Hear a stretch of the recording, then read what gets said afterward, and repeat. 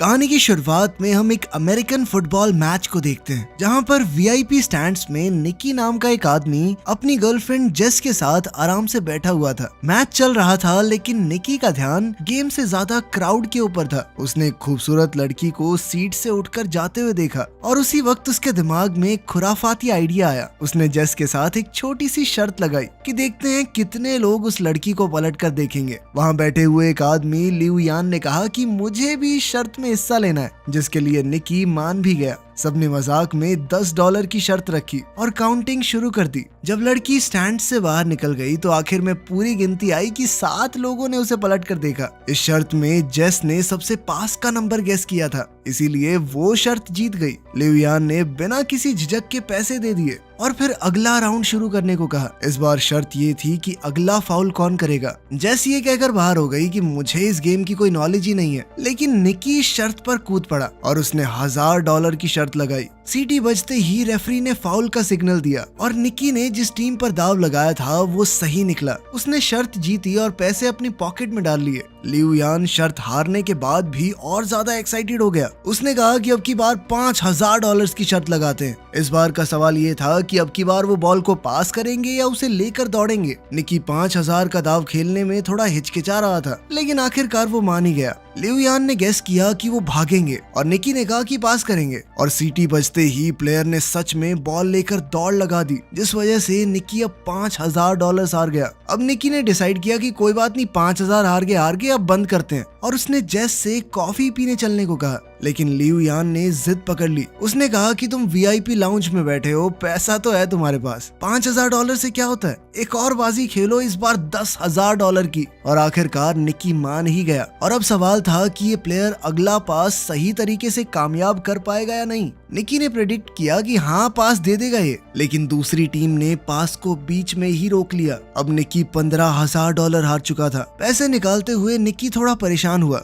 उसने थोड़ा सोचा और कहा कि चल इस बार 50,000 की लगाते हैं। ये सुनकर जेस चौंक गई, लेकिन निकी गुस्से में दिख रहा था। इस वक्त किस्मत उसका साथ नहीं दे रही थी। वो अगली शर्त फिर से हार गया, जिसके बाद उसे 50,000 और देने पड़ गए। अब जेस ने उसे तुरंत रुकने को कहा, लेकिन निकी के ऊपर उसका गुस्सा और ईगो भारी पड़ गई। उसने बिना सोचे समझे अगली शर्त लगा दी $1,00,000 की। लिऊ यान ने मजाक उड़ाया और कहा कि तुम्हारे पास इतने पैसे हैं भी। निकी ने बिना कुछ ज्यादा कहे कैश का पूरा एक बंडल टेबल पर फेंक दिया। इसके बाद तो लिऊ यान भी एक्साइटेड हो गया। अब निकी ने शर्त लगाई कि अगला पास देखना इंटरसेप्ट हो जाएगा, पूरा नहीं होगा, लेकिन इस बार पास कामयाब हो गया। निकी ने अब लाखों डॉलर्स का नुकसान उठा लिया था। अब वो समझ नहीं पा रहा था कि इस मुसीबत से कैसे निकलूं। उसकी इस हरकत से जेस भी बहुत हैरान थी, लेकिन अब गेम बहुत ज्यादा तगड़े लेवल पर पहुंच चुकी थी। निकी ने कहा कि मेरे पास $1 मिलियन बचे हैं, पूरी शर्त लगाते हैं, देखते हैं कौन जीतेगा। इस बार ताश के पत्तों से फैसला होगा। लिऊ यान लगातार जीत रहा था, तो अब वो खुशी से पागल हो रहा था।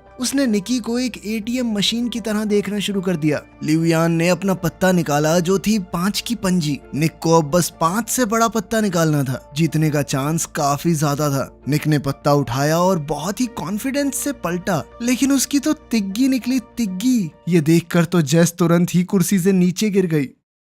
निकी ने जब गेम स्टार्ट की थी तो सिर्फ $4000 लगाने का मूड था, लेकिन अब तक वो $1 मिलियन से ज्यादा हार चुका था, यानी लगभग 9 करोड़ रुपए के करीब। इस शर्मनाक हार के बाद उसके पास कहने को कुछ नहीं बचा था, तो उसने चुपचाप जेस का हाथ पकड़ा और उसे बाहर ले जाने लगा। उसका मन बहुत दुखी था, लेकिन लिऊ यान अभी भी उसे और चिढ़ाने लगा। उसने कहा कि यही होता है बेटे, उस्ताद के साथ खेलने का नतीजा। निकी ने रुककर एक और शर्त लगाई, $2 मिलियन की। अब आइडिया थोड़ा नया था। निकी ने चैलेंज दिया कि लिऊ यान किसी भी रैंडम प्लेयर को दूरबीन से चुन सकता है, और अगर निकी ने उसका जर्सी नंबर सही से गेस कर लिया तो जीत उसकी। लिऊ यान इस बात से थोड़ा कंफ्यूज हो गया। उसने कहा कि ये तो भाई दिमाग पढ़ने वाली बात हो गई। उसे लग रहा था मानो निकी अपने पैर पर खुद कुल्हाड़ी मार रहा है। उसे थोड़ा शक भी था कि कहीं निकी कुछ चीटिंग तो नहीं कर रहा। उसके शक को दूर करने के लिए निकी ने कहा कि चल मैं गेस भी नहीं करता, इस बार जेस करेगी गेस। जेस ने गुस्से से निकी को देखा। उसे समझ नहीं आ रहा था कि आखिर ये चल क्या रहा है। क्या चांस है कि इतने लोगों में मैं जिसका जर्सी नंबर बोलूंगी वही होगा। ये कहकर वो वहाँ से जाने लगी, लेकिन लिऊ यान के सिक्योरिटी गार्ड ने उसे जाने से रोक लिया। और उनके बीच छोटी सी झड़प हो गई।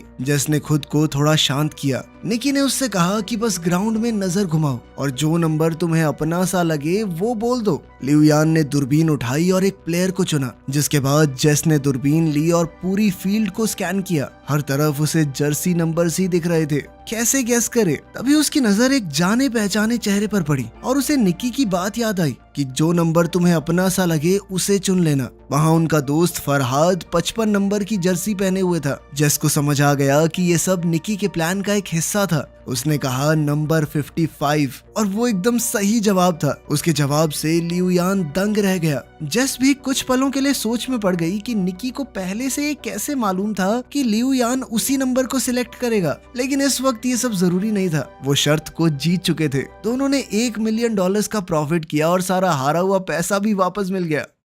2 बड़े कैश से भरे हुए बैग लेकर वो स्टेडियम से बाहर निकल गए। कार में निकी ने जेस को बताया कि ये सब कुछ उनके प्लान का हिस्सा था। वो लिऊ यान को काफी समय से ट्रैक कर रहे थे। दरअसल लिऊ यान हाई सोसाइटी में अपनी जुआ खेलने की बुरी आदत के लिए मशहूर था। उसके सामने कोई कुछ भी शर्त लगाए वो कूद पड़ता था। निकी की टीम ने ये पूरा प्लान बनाया था। जैसे ही लिऊ यान ने अपने होटल रूम से बाहर कदम रखा, उसके सबकॉन्शियस माइंड में नंबर 55 डाला गया। सिक्योरिटी गार्ड के लेबल पिन में भी 55 लिखा था। स्टेडियम के रास्ते में साइन बोर्ड्स पर भी वही नंबर था और उन्होंने उसे सिर्फ ये नंबर दिखाया नहीं बल्कि सुनाया भी। मैच देखने आते वक्त उन्होंने लिऊ यान की गाड़ी में एक गाना चलवाया था, जिससे उसे बार बार 55 नंबर का हिंट मिले। उस गाने में 124 बार 55 जैसी आवाज निकल रही थी, जिस वजह से लिऊ यान का दिमाग बार बार उस नंबर की तरफ खिंचा जा रहा था। साथ ही उसे फरहाद की एक फोटो भी दिखाई गई थी, जिससे वो एक विजुअल मेमोरी बन गई। जब वो दूरबीन से देख रहा था तो उसका दिमाग नेचुरली नंबर 55 की तरफ गया और जेस ने फरहाद को देखते ही 55 कह दिया। जेस को पहले से कुछ भी इसलिए नहीं बताया गया था ताकि इस पूरी गेम के दौरान उसके एक्सप्रेशन बिल्कुल असली रहें, ताकि किसी को भी उन पर शक न हो। ये सब सुनकर तो जेस निकी से पूरी तरह इम्प्रेस हो गई। इसके बाद कहानी कुछ दिन पहले जाती है। कुछ दिन पहले की ही बात है। निकी एक कमरे में बेड पर था और उसके सर पर एक आदमी ने बंदूक तान रखी थी। उसके पास में ही जेस बैठी थी, जिसे वो बस कुछ ही दिन पहले मिला था। ये साफ दिख रहा था कि निकी को किसी ने अपने जाल में फंसा रखा है, लेकिन उसके चेहरे पर डर का नामो निशान नहीं था। उसने सीधा कह दिया कि मेरे पास एक भी पैसा नहीं है, अगर गोली चलानी है तो चला लो। गन वाले आदमी ने उसके रिएक्शंस को समझा और तुरंत पहचान गया कि ये आदमी खिलाड़ी है, हमसे बड़ा ठग है ये। और उसका अंदाजा बिल्कुल सही था। निक एक बेहतरीन ठग है जो कि छोटी मोटी चोरियां करता है, वो भी बहुत सफाई से। जेस ही उसे फंसाकर इस कमरे में लाई थी, तो उसने जेस के अंदर एक नेचुरल टैलेंट देखा। जेस उस वक्त तक कुछ नहीं समझ पाई थी। खैर, जब वो बंदूक वाला आदमी चला गया तब निकी ने जेस से कहा कि तुम्हारे पास एक गिफ्ट है और अगर तुमने लोगों को ठगने की अपनी इस ताकत को अच्छे से तराश लिया तो सारी जिंदगी बैठ के खा सकती हो। निकी ने कहा कि हमारा तो पारिवारिक धंधा ही है, मेरा बाप, उसका बाप सब ठग थे, वो पुश्तैनी ठग है। हर ट्रिक, हर एक चाल उसके लिए एक गेम थी। जेस ने बिना समय गवाए थोड़े पैसे निकाले और कहा कि मैं आपसे सीखना चाहती हूँ। निकी ने भी समय बर्बाद करना जरूरी नहीं समझा। बाहर जाते वक्त भी निकी ने जेस की एक अंगूठी चुरा ली थी और उसे पता तक नहीं चला था। जब तक जेस समझ पाती कि हुआ क्या है तब तक उसकी घड़ी भी गायब हो चुकी थी और जब उसने हैंडबैग में घड़ी रखी तो निकी उसका वॉलेट निकाल चुका था। इन सारे कारनामों के बाद निकी ने कहा कि हाथ की सफाई, टाइमिंग और थोड़ा सा स्टाइल, बस यही चाहिए इस काम में। उस दिन निकी ने उसे गुड बाय के अलावा कुछ और नहीं कहा। कुछ महीने बाद जेस ने उसे न्यू ऑरलीन्स शहर में ढूंढ निकाला, जहां निकी ने एक नई टीम बनानी शुरू की थी। उन दोनों की मीटिंग भी असल में एक टेस्ट था। वो देखना चाहता था कि जेस उनकी टीम को ज्वाइन करने के लायक भी है या नहीं। जब जेस ने हामी भरी तो निकी ने उसे टीम के एक आदमी के साथ मेले में भेज दिया। आज जेस की पहली प्रैक्टिकल असाइनमेंट थी। वो मैप हाथ में लेकर कुछ लोगों से रास्ता पूछने लगी। तभी उसके साथी ने चुपके से एक टूरिस्ट का कैमरा लेंस चुरा लिया। फिर एक दूसरे साथी ने जानबूझकर एक आदमी को टक्कर मारी और जेस ने उसका वॉलेट निकाल लिया। जेस को अब अपने चोरी करने के स्टाइल में थोड़ा कॉन्फिडेंस आने लगा था। उसने चॉपस्टिक्स की मदद से एक और औरत के बैग से वॉलेट निकाल लिया और सब कुछ इतना स्मूथ था कि किसी को शक भी नहीं हुआ। निकी ये सब कुछ एक बिल्डिंग के टॉप से देख रहा था। उसने टीम से कहा कि उसे अकेला छोड़ दो, अब उसके उड़ने की बारी है। जेस ने एक के बाद एक महंगा सामान चुराना शुरू कर दिया और उसकी हर चोरी के साथ निकी की आंखों में उसके लिए इज्जत बढ़ने लगी। अब निकी ने उसे एक और बड़े असाइनमेंट के लिए भेज दिया।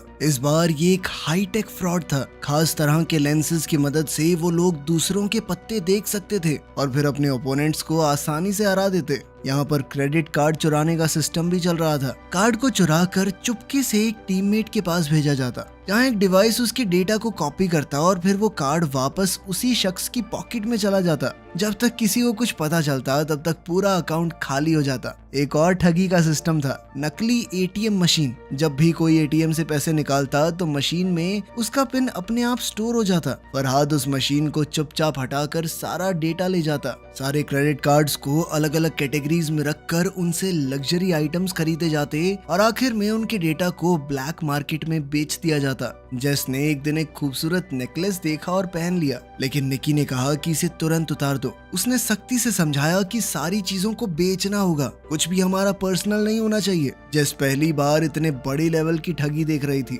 चुराई हुई चीजों के पहाड़ के बीच में खड़े होने का फील कुछ और ही था। अगले दिन जेस और फरहाद एक अमीर इलाके में घूम रहे थे। उनका काम था नाटक करना। फरहाद बेहोश हो गया और जेस चिल्लाकर एक्टिंग करने लगी, प्लीज कोई हमारी मदद करो प्लीज। एक तरह की डिस्ट्रैक्शन थी जिसका फायदा टीम के बाकी लोगों ने आसपास के अमीरों का सामान चुरा कर उठाया और फिर पूरी टीम एक एम्बुलेंस में छुपकर निकल गई। ये सब कुछ इतना अच्छे से प्लान था कि कोई कुछ समझ ही नहीं पाया। उस रात उन सब ने मिलकर सेलिब्रेट किया। निकी ने सबकी तारीफ की क्योंकि सिर्फ एक हफ्ते में उन्होंने 1.2 मिलियन डॉलर कमा लिए थे। अगले दिन टीम के सभी लोग अलग होने वाले थे। सभी डॉक्यूमेंट्स को डिस्ट्रॉय कर दिया गया और सबको भरोसा दिलाया गया कि कुछ दिनों के अंदर तुम्हारे पैसे तुम्हारे बैंक अकाउंट में आ जाएंगे। लेकिन पुराने मेंबर जानते थे कि निकी का एक लास्ट मिशन अभी भी बाकी है। उन्होंने उसे 1.2 मिलियन कैश दिया और जेस के सामने वार्निंग भी दी कि इसे जुए में उड़ा मत देना। अगली सुबह निकी जेस को ले गया स्टेडियम के वीआईपी लाउंज में।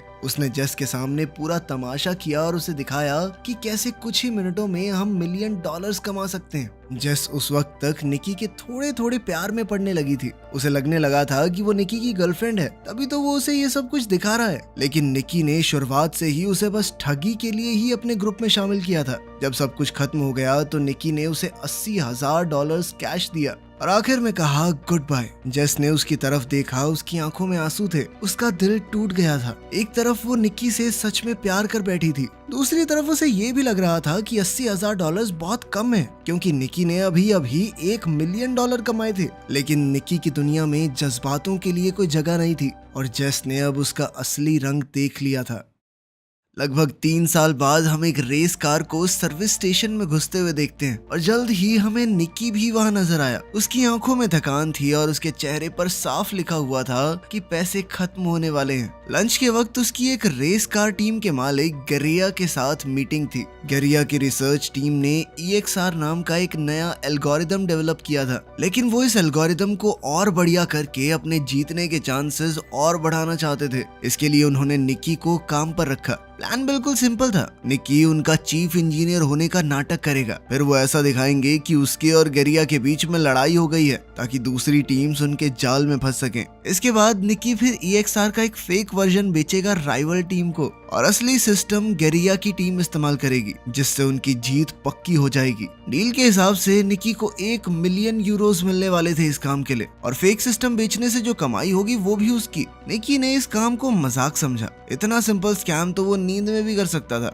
लेकिन गरिया के बटलर को उस पर बिल्कुल भरोसा नहीं था। उसने सीधा निकी को धमकाते हुए कहा कि अगर कुछ भी गड़बड़ की ना तो गोली सीधी छाती में मारूंगा तेरी। निकी ने एक टक्सीडो पहना और शाम को एक पार्टी अटेंड करने के लिए निकल गया। उनका प्लान था भीड़ के बीच में अपना झगड़ा करना, पर उनका प्लान तो तभी बिखर गया जब जेस ने एंट्री मारी, एक लाल ड्रेस में सीढ़ियों से उतरते हुए, और वो सीधा जाकर गरिया के गले लग गई। ये देखकर निकी का दिमाग घूम गया। उसने जेस को 3 साल से देखा ही नहीं था और अब वो किसी और के साथ थी, और वो भी उस आदमी के साथ जिसने निकी को काम पर रखा है। जेस ने आराम से निकी के पास आकर कहा कि अब मैं कोई ठग नहीं हूँ और जो कुछ भी 3 साल पहले हुआ था अब उन बातों का कोई मतलब नहीं। उसने ये भी कहा कि गरिया को निकी और उसके बीच के पुराने रिश्तों के बारे में कुछ नहीं पता और कहा कि अगर ये बात दबी रहे तो ही बेहतर होगा। ये सब सुनकर निकी का खून खौल गया। उसने वोडका का ग्लास उठाया और एक ही बार में खाली कर दिया। पहले उसे लड़ने के लिए एक्टिंग करने की जरूरत थी, अब तो उसे वैसे ही खुंदक आ रही थी गेरिया पे,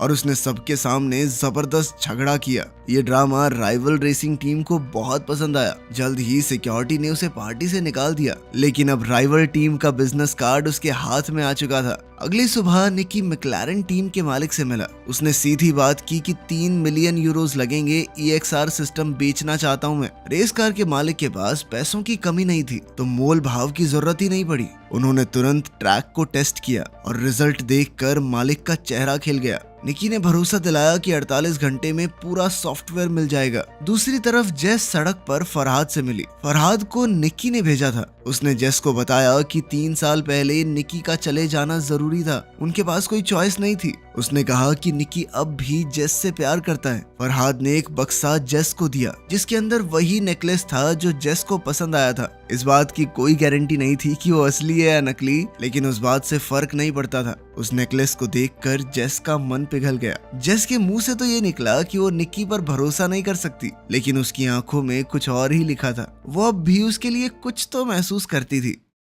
खैर, जल्द ही डील का दिन आया और निकी मैक्लारेन टीम के मालिक को सॉफ्टवेयर दे गया। बदले में एक हट्टे कट्टे इंसान ने उसके हाथ में 3 मिलियन यूरोस थमा दिए। लेकिन निकी का नेचर ही कुछ ऐसा था कि वो बिना रिस्क के काम नहीं करता। उसने उस सॉफ्टवेयर की एक एक कॉपी चुपके से सभी रेसिंग टीम्स को बेच दी। हर एक हैंडशेक में नए यूरोस, जिससे हाथ मिलाया मिलियंस में पैसे ले लिए। जब तक रेस शुरू नहीं हुई, किसी को पता ही नहीं चला कि सभी के पास एक ही सिस्टम है। उस रात निकी ने भागने की जगह जेस को मैसेज की, अगर समय रहते वो आ गई तो वो दोनों साथ में भाग सकते हैं। निकी ने इंतजार किया पर कोई नहीं आया। आखिरी समय पर जब वो हार मान के निकलने लगा तो जेस आ गई, लेकिन अभी भागने का टाइम नहीं था, क्योंकि उसी वक्त वही हट्टा कट्टा आदमी जिसने मैक्लारेन टीम की तरफ से उसे 3 मिलियन यूरोस दिए थे, वो निकी के सामने आ गया। दरअसल वो गेरिया का आदमी था। अब वो सब कुछ सच पता कर चुका था कि निकी ने फेक नहीं बल्कि असली सॉफ्टवेयर बेचा है। उसे गेरिया के 1 मिलियन यूरोस के अंदर कोई इंटरेस्ट ही नहीं था। अब वो अपना पूरा गियर पहनकर निकी की कार से जानबूझकर टकरा गया। निकी और जेस एक घातक एक्सीडेंट के बाद पकड़े गए। उन दोनों को बांधने के बाद सारा कैश गेरिया के सामने रख दिया गया।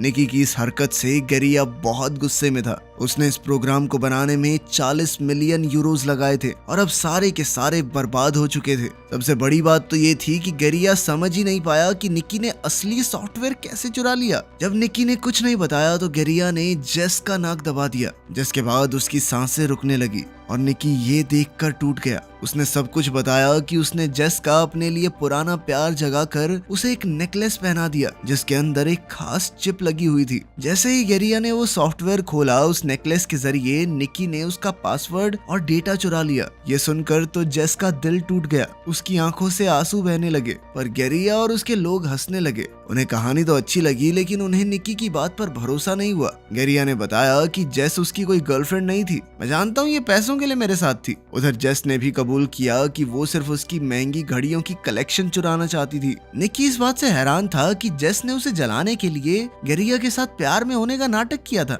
अब दोनों ही पकड़े गए थे। गेरिया ने ज्यादा वक्त नहीं लिया। उसने बुचर से पूछा कि निकी ने सॉफ्टवेयर कैसे चुराया। जैसे ही निकी बोलने लगा, बुचर ने गोली चला दी। वो गोली सीधी निकी के सीने में घुस गई। गेरिया का चेहरा सफेद पड़ गया। उसने घबराकर बुचर से कहा कि पैसा वापस कमाया जा सकता है, लेकिन अगर मर्डर के चक्कर में अंदर हो गया ना मैं, तो जिंदगी खत्म। उसने बुचर को तुरंत निकाल दिया और वेयरहाउस से भाग गया। जेस बहुत ज्यादा रो रही थी, लेकिन बुचर ने कहा कि डरने की जरूरत नहीं है। वो असलियत में निकी का ही आदमी था, और सच कहूँ तो उसका बाप हूँ मैं, असली बाप। उसने गोली जानबूझकर दिल के साइड में चलाई थी। उसने टेप से जख्म को सील किया, सुई से खून निकाला और उसकी छाती में एयर प्रेशर को स्टेबलाइज किया। अचानक निकी ने फिर से अपनी आंखें खोल दी। वो अब भी जिंदा था। ये एक्ट थोड़ा पागलपन से भरा हुआ था, लेकिन काम तो कर गया। पैसों का ढेर उनके पीछे पड़ा था और वो तीनों वहां से निकल गए। निकी दरअसल एक अनाथ था और उसे इसी बटलर ने पाला था। उसने ही निकी को ये सारी चोरी चकारी की स्किल्स सिखाई थी।